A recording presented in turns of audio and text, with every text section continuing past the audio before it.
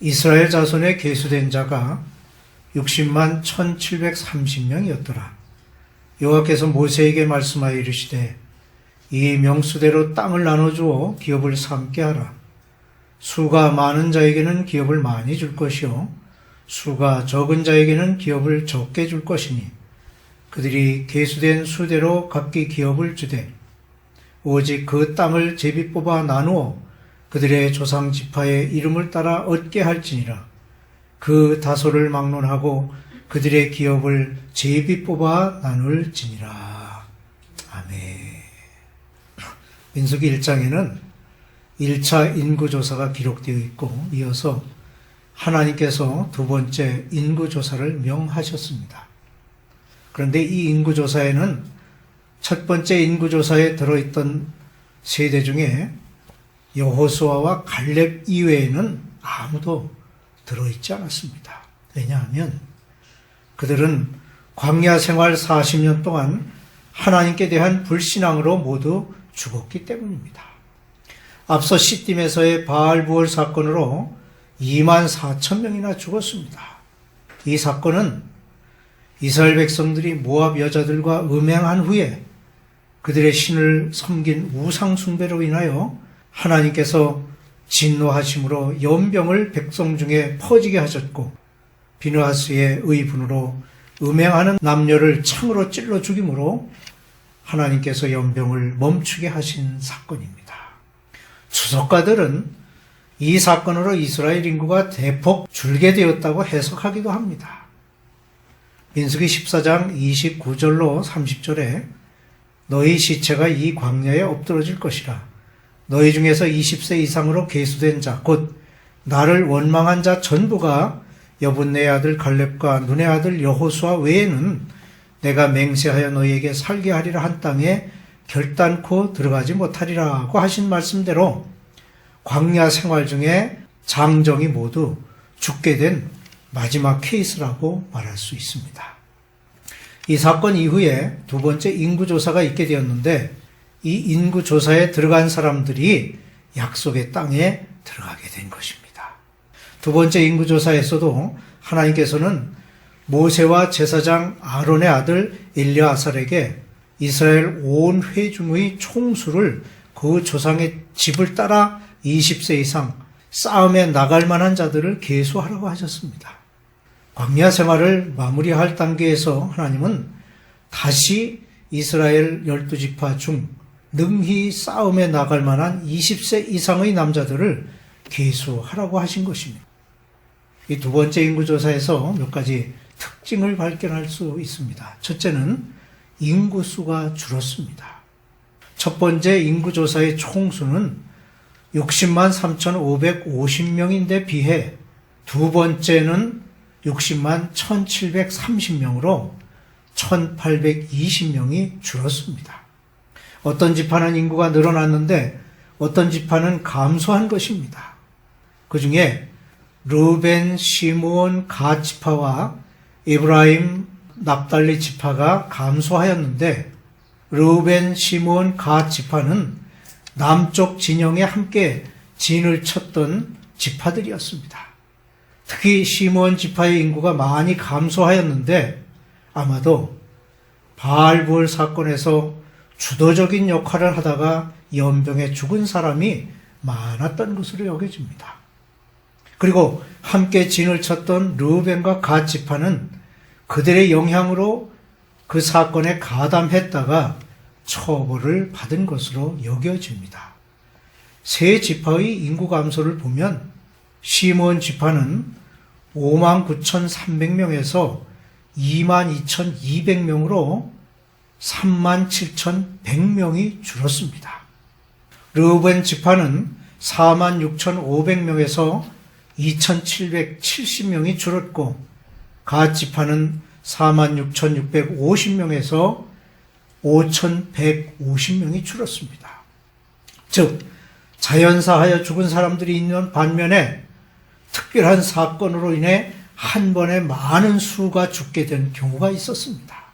즉 바알부월 사건으로 2만 4천 명이 죽었고 고라 무리의 반역으로 향로에서 불이 나와 죽임을 당한 사건과 땅이 갈라져 땅이 산채로 사람을 삼킨 사건이 있었고, 호르산을 출발한 이스라엘 백성이 하나님과 모세를 원망함으로 불뱀에 물려 죽은 사건들은 인구 감소의 요인으로 볼 수 있습니다. 이렇게 광야 생활 중에 자연사한 경우와 함께 특별한 사건으로 죽은 사람들이 있어서 결국 장정으로 계산하면 60만여 명이 죽고 또 다른 세대가 태어나서 비슷한 인구를 가지고 가나안 땅에 들어가게 된 것입니다. 둘째로 지파별로 인구수의 변화가 있었습니다. 인류의 역사는 전쟁의 역사라고 말할 정도로 크고 작은 전쟁이 계속되었습니다. 그러기에 하나님께서 출애굽한 이스라엘 백성들에게 인구 조사를 하도록 하신 것은 전쟁을 위하여 싸움에 나갈 만한 장정을 계수하도록 하신 것입니다. 그런데 두 번째로 인구 조사를 하도록 하신 것에는 또 다른 목적이 있었습니다. 그것은 약속의 땅에 들어가서 살게 될 땅의 분배를 위한 것이었습니다. 즉, 농경사회에서는 절대적으로 소유의 땅이 있어야 했습니다. 더구나 이스라엘 땅은 그리 넓은 땅이 아니었으며 그것은 비가 오지 않는 메마른 땅이 많은 부분을 차지하고 있었습니다. 우리나라 강원도 크기의 땅에 200만여 명이 넘는 사람들이 살기에는 넉넉하지 않은 땅이었습니다.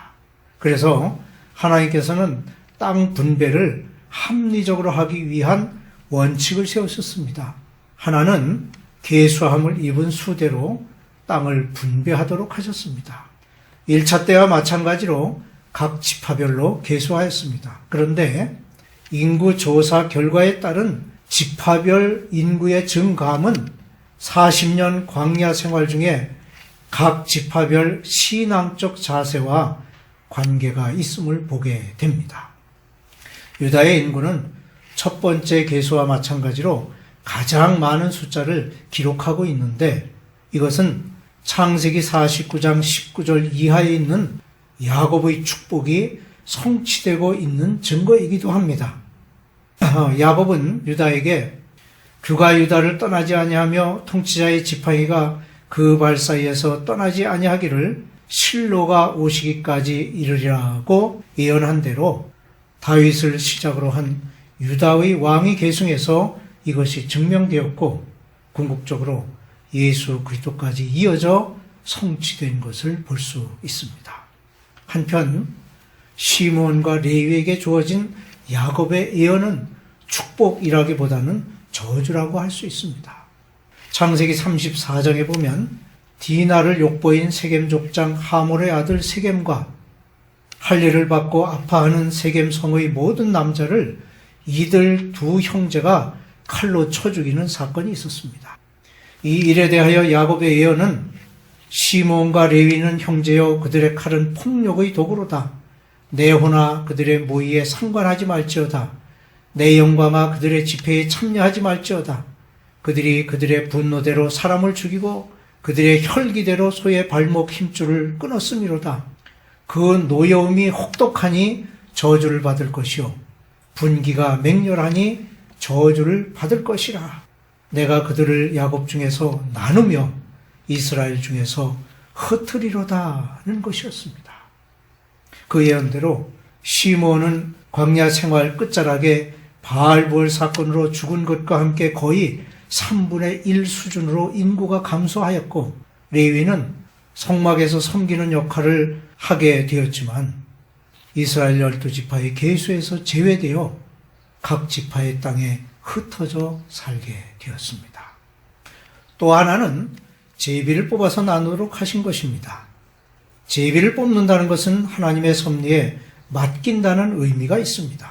즉 인구수에 따라서 땅의 넓이는 달라지지만 어느 땅을 차지하느냐는 것은 인구수와 관계없이 제비를 뽑는 것인데 이 제비 뽑기는 후일의 백성들 사이에서 원망이나 불평을 없게 하는 좋은 방법이었습니다. 하나님께서 베푸신 땅 분배의 원칙은 아주 공평한 것이었습니다. 이것은 하나님께서는 그의 백성들에게 결코 어떤 차별을 두지 않음을 가리킵니다. 그러기에 우리가 세상에서 얻게 되는 것을 위해 힘써 노력하지 아니하고 하나님의 기적 같은 인도로 큰 수확을 얻기를 기대하는 것은 어리석은 일임을 알아야 합니다. 셋째로 계대 결혼이라는 규례가 만들어졌습니다. 하나님께서는 모세를 통하여 희년제도를 제정해 주셨습니다. 희년은 각 지파별, 가족별로 분배받은 땅을 사고 팔아 소유권이 이전되었을 경우 50년이 되는 해에는 처음 분배받은 상태로 되돌리는 제도입니다. 이렇게 지파 가족별로 땅을 분배할 때에 문제가 생겼습니다. 그것은 슬로보앗의 딸들이 제기한 문제인데, 슬로보앗은 므낫세 지파의 후손으로 아들이 없이 딸만 5을 낳아 기르다가 광야에서 죽었는데 고라의 무리에 속하지 않은 사람으로 자연사하였습니다. 슬로보앗에게는 아들이 없으므로 땅을 분배받을 수 없었기에 딸들이 나서서 호소한 것입니다. 성경에는 그 딸들의 이름이 기록되어 있는데 말라와 노아와 호글라와 밀가와 디르사였습니다.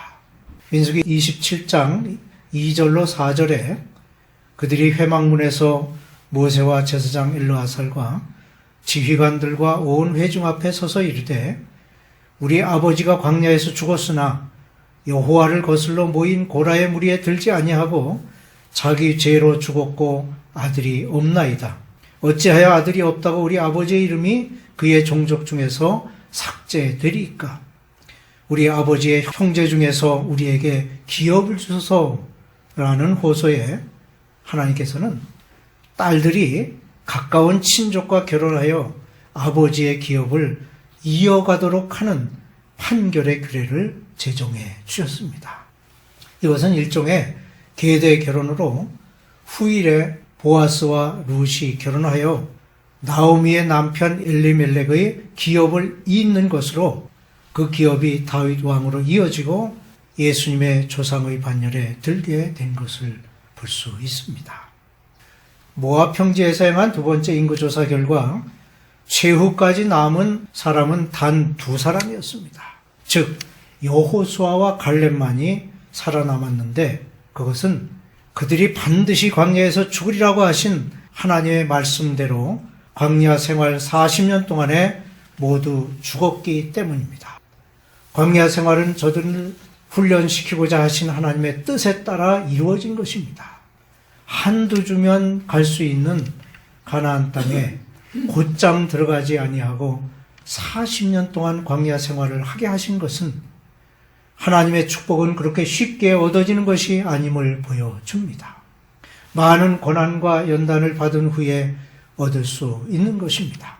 더구나 가나안의 새 나라는 새 사람들로 하여금 건설하도록 해야 했습니다. 애굽의 종살이에서 적응된 노예 근성과 무사 안일에 젖어 있는 자들은 새 땅에 들어갈 자격이 없었던 것입니다. 그런 중에도 새 땅에 대한 소망을 가지고 믿음으로 바라본 여호수아와 갈렙은 그 땅에 들어가는 은혜를 입은 사람들입니다. 장차 우리가 얻게 될 하늘나라의 기업 역시 마찬가지입니다. 과거만을 돌아보며 현실에 집착하는 자는 기업을 얻을 자격이 없습니다.